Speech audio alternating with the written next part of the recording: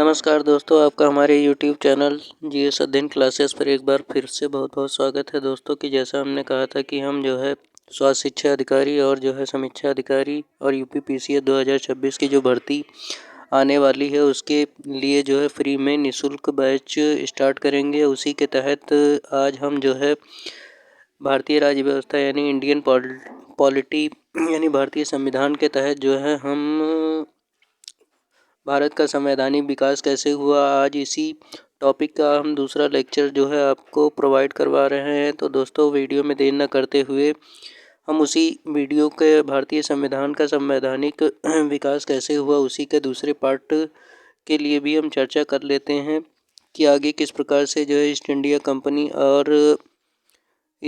Company के द्वारा भारत में भारत में जो है संवैधानिक विकास हुआ। उसके बाद में किस प्रकार से ईस्ट इंडिया कंपनी का शासन जो है ब्रिटिश सरकार ने अपने हाथ में ले लिया। जब भारत में महारानी का शासन हो गया तो किस प्रकार से ब्रिटिश सरकार ने 1858 का भारत शासन का अधिनियम किस प्रकार से संचालित किया और 1947 तक जब तक देश आज़ाद नहीं हुआ जो है ब्रिटिश सरकार ने किस प्रकार से भारत में अपने शासन की नींव को मजबूत करने के लिए समय समय पर जो है विभिन्न प्रकार के एक्ट बनाकर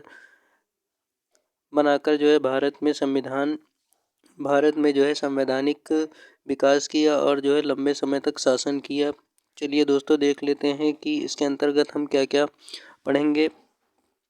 तो वीडियो में देर न करते हुए हम आगे के टॉपिक पर चर्चा कर लेते हैं। उस दिन जो हमने पहले वीडियो लेक्चर में बात की थी उसमें हमने जो है 1858 तक का भारतीय संविधान का विकास के बारे में जो है पढ़ लिया था कि किस प्रकार से जो है कंपनी का शासन समाप्त हो गया 1858 के एक्ट के द्वारा और प्रत्यक्ष रूप से महारानी का शासन जो है भारत में लागू हो गया।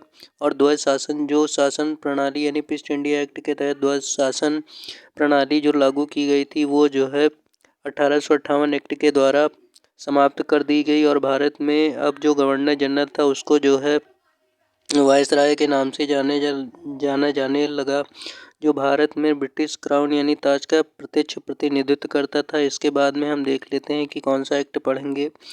तो इसके बाद जो है दोस्तों हम एक्ट पढ़ेंगे। उसी में आगे बढ़ते हुए सन 1861 का भारत परिषद अधिनियम क्या कहता है, तो इसके द्वारा कानून बनाने की प्रक्रिया में भारतीय प्रतिनिधियों यानी अगर क्वेश्चन बनता है कि किस एक्ट के द्वारा भारत में कानून बनाने के लिए भारतीयों को जो है शामिल किया गया, तो आप आंसर करेंगे कि सन 1861 का भारत परिषद अधिनियम के तहत जो है भारतीयों को पहली बार जो है एक्ट बनाने में शामिल किया जाने लगा। ठीक है दोस्तों, तो इसमें आगे हम बढ़ लेते हैं। इसी एक्ट के बारे में देख लेते हैं, चर्चा कर लेते हैं क्या कहा गया है। तो नोट में क्या आता है, ये नोट मोस्ट इम्पॉर्टेंट है, इसको ज़रूर आप तैयार कर लीजिएगा। इस एक्ट के द्वारा 1861 में लॉर्ड कैनिंग द्वारा, यानी लॉर्ड कैनिंग उस समय क्या थे, भारत में गवर्नर जनरल थे यानी वायसराय थे, और उनके द्वारा भारत में यानी 3 भारतीयों को जो है विधान परिषद का सदस्य प्रथम बार जो है मनोनीत किया गया। पहले कौन थे, बनारस के राजा, और दूसरा कौन था, पटियाला के महाराज, और तीसरा कौन था आपका, सर दिनकर राव। इन तीनों को जो है लॉर्ड कैनिंग के द्वारा सन 1862 में विधान परिषद में प्रथम बार जो है मनोनीत किया गया। इसके बाद में आगे देख लेते हैं क्या है पॉइंट में। वायसराय को आपातकाल में विधान परिषद की सलाह के बिना अध्यादेश यानी अध्यादेश जारी करने की शक्ति जैसे वर्तमान में राष्ट्रपति को प्राप्त है, तो भारत में राष्ट्रपति को प्राप्त है। सेम उसी प्रकार से जब जो है ब्रिटिश सरकार के अधीन भारत था तो वायसराय को जो है वायसराय का पद जो है वो राष्ट्रपति के समान ही होता था, और जो है ये पद महारानी विक्टोरिया के द्वारा बनाया गया था। और वायसराय के पद पर जो व्यक्ति बैठता था उसको जो है आपातकाल यानी भारत में अगर कोई भी आपातकाल लगा है तो अध्यादेश जारी करके यानी विधान परिषद की सलाह के बिना, यानी विधान परिषद जो कानून बनाती थी उसकी सलाह के बिना जो है अध्यादेश जारी करने की शक्ति जो है वायसराय को प्रदान की थी। इसकी अवधि कितनी थी, तो इसकी अवधि 6 वर्ष थी, यानी इसकी अवधि कितनी थी, तो इसकी अवधि जो है मात्र 6 महीने थी। तो इस वीडियो में और आगे देख लेते हैं कि इस अधिनियम में क्या किया गया। इस अधिनियम के द्वारा जो है वायसराय को नए प्रांतों की स्थापना और उसकी सीमाओं में परिवर्तन करने का अधिकार प्रदान कर दिया गया। वर्तमान समय में जैसे जो है भारतीय संविधान में भी जो है राष्ट्रपति को क्या प्रदान किया गया है शक्ति कि वो नए प्रांत मतलब राज्यों की स्थापना और उनकी सीमाओं में परिवर्तन करने का अधिकार प्राप्त होता है। तो ये कहाँ से लिया गया था, ये 1861 का जो एक्ट था उसी के माध्यम से वायसराय को जो शक्ति प्राप्त थी वही शक्ति जो है इस समय हमारे राष्ट्रपति को भी प्राप्त होती है। फिर क्या लिखा हुआ है इस एक्ट में, वायसराय को प्रांतों में विधान परिषदों की स्थापना की शक्ति प्रदान की गई। यानी विधान परिषद जो वर्तमान समय में देखा जाए तो हर राज्य में विधान परिषद होती है, तो उस समय जो है वायसराय को प्रांतों में यानी प्रांत मतलब राज्यों में विधान परिषदों की स्थापना करने की शक्ति प्रदान की गई। नोट में देख लेते हैं क्या है, तो 1862 में बंगाल, 1866 यानी 1866 में जो है उत्तर पश्चिम सीमा प्रांत तथा 1897 में पंजाब विधान परिषदों का गठन किया गया। तो अगर क्वेश्चन पूछ लेता है कि भारत में किस एक्ट के द्वारा जो है प्रथम बार जो है विधान परिषदों की स्थापना की गई, तो 1861 का जो एक्ट आएगा उसमें जो है 1862 में बंगाल में और उत्तर प्रदेश में और 1897 में जो है 1897 में पंजाब में विधान परिषदों की स्थापना इस एक्ट के द्वारा की गई थी। दोस्तों अब आगे बढ़ लेते हैं 1892 का भारत परिषद अधिनियम में पढ़ लेते हैं क्या बताया गया है। तो 1892 का भारत परिषद अधिनियम, इसके द्वारा एक समिति एवं अप्रत्यक्ष निर्वाचन प्रणाली यानी भारत में निर्वाचन अप्रत्यक्ष निर्वाचन प्रणाली की शुरुआत किस एक्ट के द्वारा हुई थी। तो आप क्या कहेंगे कि भारत में 1892 का भारत परिषद अधिनियम के द्वारा भारत में प्रत्यक्ष निर्वाचन प्रणाली की शुरुआत इस एक्ट के द्वारा की गई थी। उसके बाद में देख लेते हैं क्या है कि विधान परिषद के भारतीय सदस्यों को बजट पर बहस करने की, सरकार से प्रश्न पूछने का अधिकार किस एक्ट के द्वारा दिया गया। तो आप लिखोगे कि 1892 का भारत परिषद अधिनियम के द्वारा भारतीय सदस्यों को जो है बजट पर बहस करने का और सरकार से प्रश्न पूछने का अधिकार प्रदान किया गया। तो इस प्रकार से दोस्तों जो है हम इन एक्टों के माध्यम से भारत में किस प्रकार से ब्रिटिश सरकार के द्वारा संवैधानिक विकास किया गया उसके बारे में पढ़ रहे हैं। फिर आगे बढ़ लेते हैं, देख लेते हैं किस और इसके बाद में कौन सा एक्ट आया। तो इसके बाद में आपका जो है देख लेते हैं कौन सा एक्ट आया। तो इसके बाद में जो है 1909 का भारत परिषद अधिनियम आया। इस एक्ट के को क्या कहा जाता है, इस एक्ट को मार्ले मिंटो सुधार के नाम से भी जाना जाता है। यहाँ से भी आयोग जो है क्वेश्चन बना लेता है, तो इस एक्ट को भी हमें अच्छे से पढ़ लेना चाहिए। देखते हैं इस एक्ट में क्या बताया गया है। तो इस एक्ट को जो है मार्ले मिंटो सुधार के नाम से भी जाना जाता है। लॉर्ड मिंटो तत्कालीन वायसराय और जॉन मार्ले यानी राज्य सचिव थे, यानी इन दोनों के नाम से ही जो है उस समय भारत का 1909 में भारत का जो है वायसराय कौन था, तो लॉर्ड मिंटो थे और भारत का राज्य सचिव कौन था, तो जॉन मार्ले थे। ठीक है, इसमें क्या क्या प्रावधान किया गया था इस एक्ट में। पहली बार किसी भारतीय को वायसराय की कार्यपालिका परिषद से जोड़ने का प्रावधान किया गया था। नोट में देख लेते हैं, तो सत्येंद्र प्रसन्न यानी सत्येंद्र पी सिन्हा वायसराय की कार्यपालिका परिषद के प्रथम भारतीय सदस्य बने। उन्हें विधि सदस्य के रूप में शामिल किया गया था। तो यहाँ से भी क्वेश्चन देखने को मिल सकता है कि वायसराय की कार्यपालिका परिषद में प्रथम सदस्य कौन था। तो आप लिखेंगे सत्येंद्र प्रसाद सिन्हा वायसराय की कार्यपालिका परिषद के प्रथम भारतीय सदस्य बने थे। उन्हें विधि सदस्य के रूप में मनोनीत यानी शामिल किया गया था। और देख लेते हैं क्या था, इस एक्ट के द्वारा मुसलमानों के लिए सांप्रदायिक प्रतिनिधित्व तथा अलग निर्वाचन क्षेत्रों की स्थापना की गई। यहाँ से भी क्वेश्चन देखने को मिल सकता है कि किस एक्ट के द्वारा जो है मुसलमानों के लिए अलग निर्वाचन प्रणाली क्षेत्रों का गठन किया गया था। तो 1909 का भारत परिषद नियम के द्वारा जो है मुसलमानों के लिए सांप्रदायिक प्रतिनिधित्व और अलग निर्वाचन क्षेत्रों की स्थापना की गई थी। इस एक्ट में आगे देख लेते हैं क्या है कि इसने सांप्रदायिकता को वैधानिक रूप प्रदान किया गया। लॉर्ड मिंटो को सांप्रदायिक निर्वाचन के जनक के रूप में जाना जाता है। यानी सांप्रदायिकता के निर्वाचन के जनक के रूप में किसे जाना जाता है? तो लॉर्ड मिंटो ने जो है इसको, भारत में लॉर्ड मिंटो को सांप्रदायिकता का वैधानिक रूप तो प्रदान किया, लेकिन इसको जो है सांप्रदायिकता फैलाने वाले जनक के रूप में भी जाना जाता है। तो दोस्तों इस प्रकार से हमने 1909 का भी एक्ट पढ़ लिया कि इसमें क्या क्या जो है सरकार ने प्रावधान किया था, किस प्रकार से जो है सांप्रदायिक सद्भाव बिगाड़ने के लिए जो है सांप्रदायिक, उनके लिए अलग, मुसलमानों के लिए निर्वाचन प्रणाली को स्थापित किया था। अब इसी में आगे बढ़ लेते हैं, देखते हैं 1919 का भारत परिषद अधिनियम में क्या क्या सरकार ने प्रोवाइड किया था। तो दोस्तों देख लेते हैं 1919 का भारत शासन अधिनियम क्या कहता है। इस अधिनियम को क्या कहते हैं? मॉन्टेग्यू चेम्सफोर्ड सुधार के नाम से भी जाना जाता है। इस समय जो है मॉन्टेग्यू भारत में राज्य सचिव का जो पद होता था वो थे, और चेम्सफोर्ड भारत के क्या थे? वायसराय। यानी इसे किस नाम से भी जाना जाता है? मॉन्टेग्यू चेम्सफोर्ड सुधार के नाम से भी जाना जाता है। इस समय मॉन्टेग्यू भारत के राज्य सचिव और जबकि चेम्सफोर्ड भारत के वायसराय थे। ठीक है, अब इसमें क्या प्रावधान किया गया था? प्रांतों में आंशिक उत्तरदायी शासन तथा द्वैध शासन की स्थापना की गई, यानी द्वैध शासन की दोबारा से स्थापना किस एक्ट के द्वारा की गई थी? तो आप लिखेंगे 1919 का भारत शासन अधिनियम के द्वारा जो है भारत में द्वैध शासन की स्थापना पुनः की गई थी।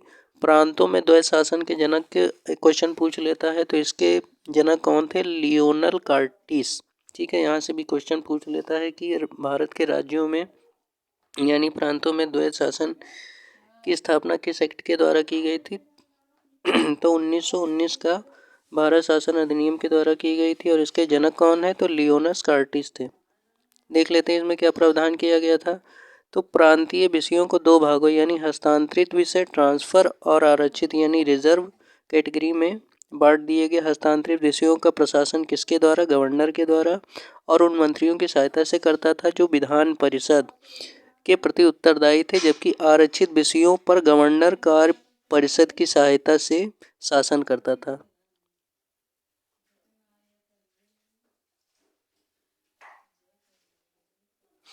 ठीक है, इसमें और देख लेते हैं क्या बताया गया है। इस अधिनियम के तहत केंद्र में द्विसदनीय व्यवस्था स्थापित की गई।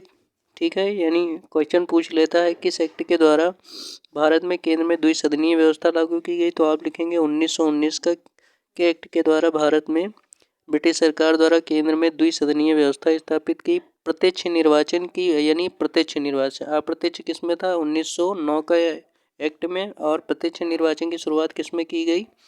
वो आपकी 1919 की व्यवस्था, यानी 1919 का एक्ट जो था उसमें प्रत्यक्ष निर्वाचन व्यवस्था की शुरुआत की गई थी। भूमि कर आय के आधार पर सीमित संख्या में लोगों को मताधिकार, यानी बहुत ही यानी जिसके पास भूमि थी, कर था, आय के जो आधार सीमित है, उन्हीं लोगों को मतदान करने का अधिकार प्रदान किया गया। आगे पॉइंट में देख लेते हैं क्या लिखा हुआ है कि सांप्रदायिक आधार पर सिखों, भारतीय ईसाइयों, आंग्ल यानी अंग्रेज जो भारतीय थे, और यूरोपियों के लिए अलग निर्वाचन सिद्धांत को लागू कर दिया गया। यानी इस एक्ट के द्वारा सिखों के लिए, भारतीय ईसाइयों के लिए, और आंग्ल भारतीयों और यूरोपियों के लिए अलग से निर्वाचन के सिद्धांत को 1919 एक्ट के द्वारा लागू किया गया। तो दोस्तों इस प्रकार से हम आगे देख लेते हैं कि और इस एक्ट के माध्यम से क्या क्या किया गया।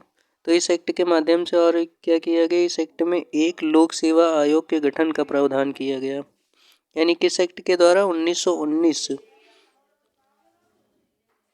यानी 1919 के एक्ट के द्वारा भारत में जो है एक लोक सेवा आयोग, यहाँ से भी क्वेश्चन पूछ लेता है कि किस एक्ट के द्वारा भारत में लोक सेवा आयोग का गठन किया गया। तो 1919 के एक्ट के द्वारा भारत में लोक सेवा आयोग का गठन किया गया। और नोट में देख लेते हैं क्या है। तो नोट में यह है कि वर्ष 1926 में ली आयोग की सिफारिश पर केंद्रीय लोक सेवा आयोग, तो क्वेश्चन में अगर पूछ लेता है कि भारत में किस एक्ट के द्वारा जो है लोक सेवा आयोग का गठन किया गया, तो आप आंसर करेंगे कि भारत में जो है 1919 के एक्ट के द्वारा एक लोक सेवा आयोग, और 1926 में ली आयोग की सिफारिश पर केंद्रीय लोक सेवा आयोग का गठन किया गया। फिर इस एक्ट में क्या किया गया? इस एक्ट के द्वारा एक वैधानिक आयोग का गठन कर दिया गया, जिसे 10 वर्ष के बाद जांच करने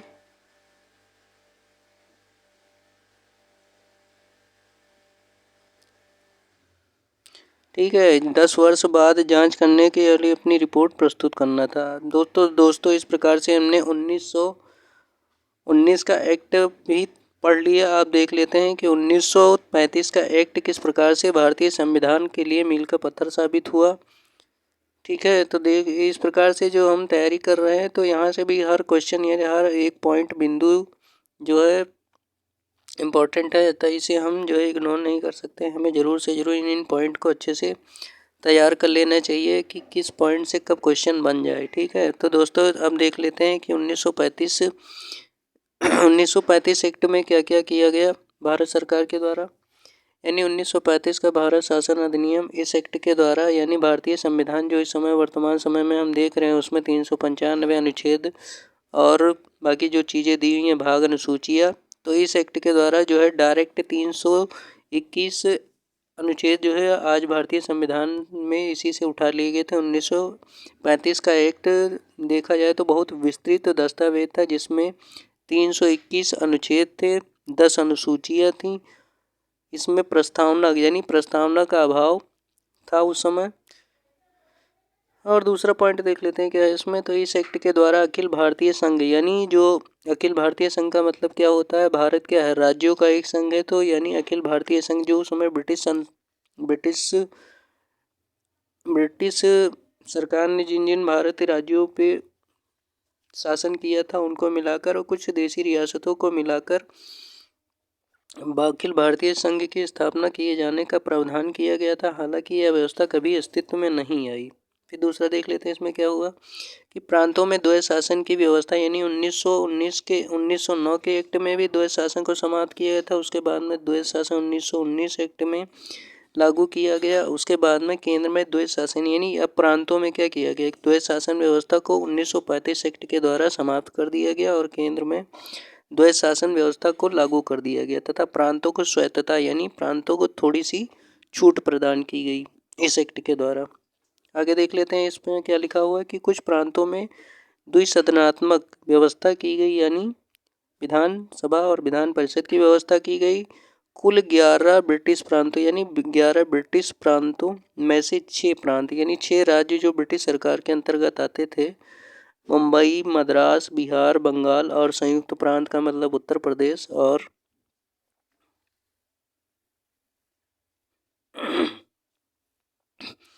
उत्तर प्रदेश में और असम में विधान परिषद और विधान सभाओं की स्थापना की गई। तो क्या ये इम्पोर्टेंट है, अगर क्वेश्चन पूछ ले कि भारत में द्विसदनीय व्यवस्था के तहत किन किन प्रांतों में जो है विधानसभा विधान परिषद की स्थापना की गई, तो आप आंसर क्या करेंगे कि मुंबई, मद्रास, बिहार, संयुक्त प्रांत यानी उत्तर प्रदेश और असम में जो है विधान परिषद विधानसभा की स्थापना की गई।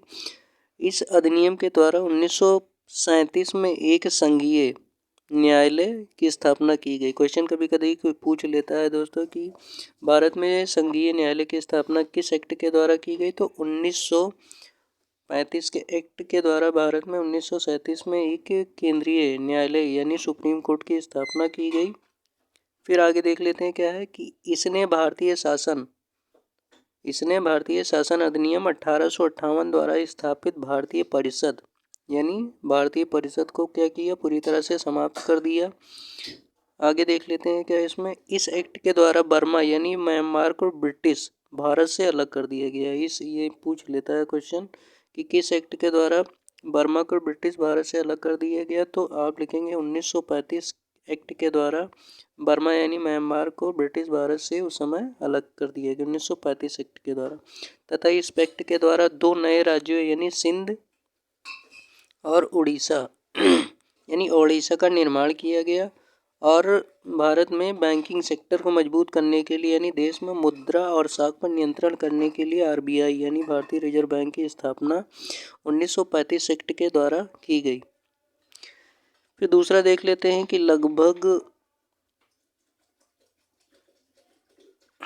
फिर देख लेते हैं क्या है इसमें इस एक्ट में। तो लगभग 10% जनसंख्या को मताधिकार प्रदान किया गया और एक संघीय लोक सेवाओं की स्थापना के प्रावधान के साथ साथ राज्यों के लिए अलग लोक सेवा आयोग और संयुक्त सेवा आयोग की स्थापना का प्रावधान इस एक्ट के द्वारा किया गया। तो दोस्तों इस प्रकार से हमने जो है ब्रिटिश भारत यानी कंपनी के द्वारा जो एक्ट बनाए गए थे उसके बारे में भी पढ़ा। उसके बाद में जब महारानी विक्टोरिया ने 1858 का एक्ट, महारानी विक्टोरिया के हाथ में भारत की सत्ता चली गई, तो किस प्रकार से ब्रिटिश संसद ने भारत में अपनी नींव को मजबूत करने के लिए समय समय पर आज़ादी तक विभिन्न प्रकार के एक्ट बनाकर जो है भारत में अपने शासन को मजबूत करने का प्रयास किया। तो दोस्तों इस प्रकार से हमने जो है आज जो है दूसरे लेक्चर में जो है 1861 एक्ट से लेकर 1935 एक्ट तक के प्रावधानों को अच्छी प्रकार से समझने का प्रयास किया है। चलिए दोस्तों अब देख लेते हैं एक आखिरी एक्ट जो बचता है इस चैप्टर का, उसमें बात कर लेते हैं। तो टोटल हम तीन लेक्चर देंगे इस पे। पहली वीडियो हम बना चुके हैं जिसमें भारत के संवैधानिक विकास के बारे में बात की थी, उसी में आज हम दूसरा वीडियो बना के उसमें हम बात कर रहे हैं, यानी भारत में संवैधानिक विकास कैसे हुआ। तो दोस्तों देर न करते हुए इसमें देख लेते हैं कि 1947 का भारतीय स्वतंत्रता अधिनियम यानी 1935 एक्ट के बाद में जब भारत में ब्रिटिश सरकार पूरी तरह से डामाडोल हो गई, तो उसके बाद में किस प्रकार से भारत में जो है ब्रिटिश शासन के अंत के समय में, यानी जब भारतीयों ने अपने राष्ट्र के लिए आज़ादी के लिए लड़ाई लड़ी, तो ब्रिटिश सरकार पूरी तरह से जो है डगमगा गई। किस प्रकार से भारत में जो है भारत को आज़ाद करने के लिए ब्रिटिश सरकार को विवश होकर जो है आज़ाद करना पड़ा। तो उस समय क्या स्थिति थी, ब्रिटिश सरकार ने भारत के लिए क्या एक्ट पारित किया। तो 1947 का भारतीय स्वतंत्रता अधिनियम, यानी इसमें भारत में ब्रिटिश सरकार ब्रिटिश राज समाप्त कर भारत विभाजित भारत का विभाजन दो राष्ट्र यानी दो डोमिनियन स्टेट में किया जाएगा, ये प्रावधान हुआ। यानी एक भारत और दूसरा पाकिस्तान के नाम से जाना जाएगा। दूसरा इसमें क्या है कि इसने दोनों अधिराज्यों की संविधान सभाओं को अपने देश का संविधान बनाने के लिए किसी भी देश के संविधान को अपनाने की शक्ति दी। यानी इस एक्ट के द्वारा क्या किया गया 1947 के द्वारा कि पाकिस्तान और भारत को अपने लिए खुद का संविधान बनाने के लिए शक्ति प्रदान की गई। फिर इसमें क्या लिखा गया कि दोनों अधिराज्यों यानी दोनों राष्ट्रों को ब्रिटिश राष्ट्रमंडलों से अलग होने की स्वतंत्रता भी इस एक्ट के द्वारा प्रदान की गई। और 1947 एक्ट के द्वारा इसने 15 अगस्त 1947 से भारतीय रियासतों पर ब्रिटिश संप्रभुता की समाप्ति की घोषणा की। यानी ब्रिटिश सरकार ने जो भारतीय राजाओं पर अपना जो अधिकार जमाया था उसको इस एक्ट के द्वारा पूरी तरह से क्या किया गया, समाप्त कर दिया गया।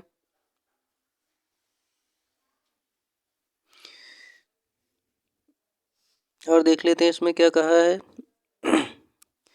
भारतीय रियासतों को यह स्वतंत्रता थी कि वे भारतीय अधिराज्य या पाकिस्तान अधिराज्य के साथ में मिल सकती हैं या स्वतंत्र रह सकती हैं।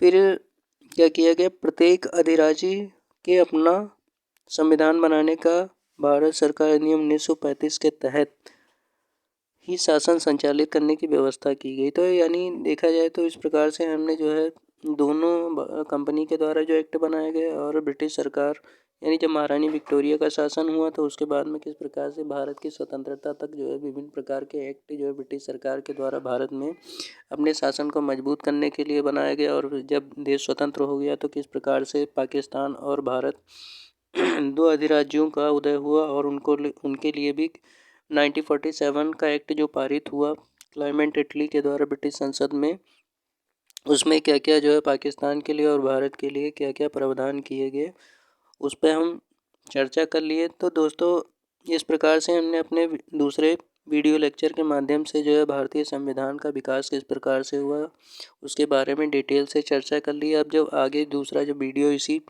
से रिलेटेड बनाएंगे यानी भारतीय संविधान का संवैधानिक विकास भाग 3, तो उसमें भारत के संविधान का निर्माण किस प्रकार से हुआ, कैसे कैबिनेट मिशन का गठन किया गया, कैसे चुनाव हुआ, उस पर डिटेल में चर्चा कर लेंगे। तो दोस्तों अगर आपको हमारा ये यूट्यूब चैनल जीएस अध्ययन पसंद आ रहा है तो आप ज़रूर से ज़रूर लाइक सब्सक्राइब और शेयर करिए और बाकी दोस्तों को भी इस फ्री यूट्यूब चैनल से ज़रूर से ज़रूर जोड़िए ताकि वो स्वास्थ्य शिक्षा अधिकारी और जो आगामी यूपी पीसीएस 2026 और समीक्षा अधिकारी 2026 की जो नई भर्ती जून या जुलाई में आने वाली है उसके लिए अभी से लगकर अपनी तैयारी को मजबूत कर सके और एक सर्वोच्च राजपत्रित अधिकारी की पोस्ट प्राप्त करते हुए अपने सपनों को साकार कर पाएँ।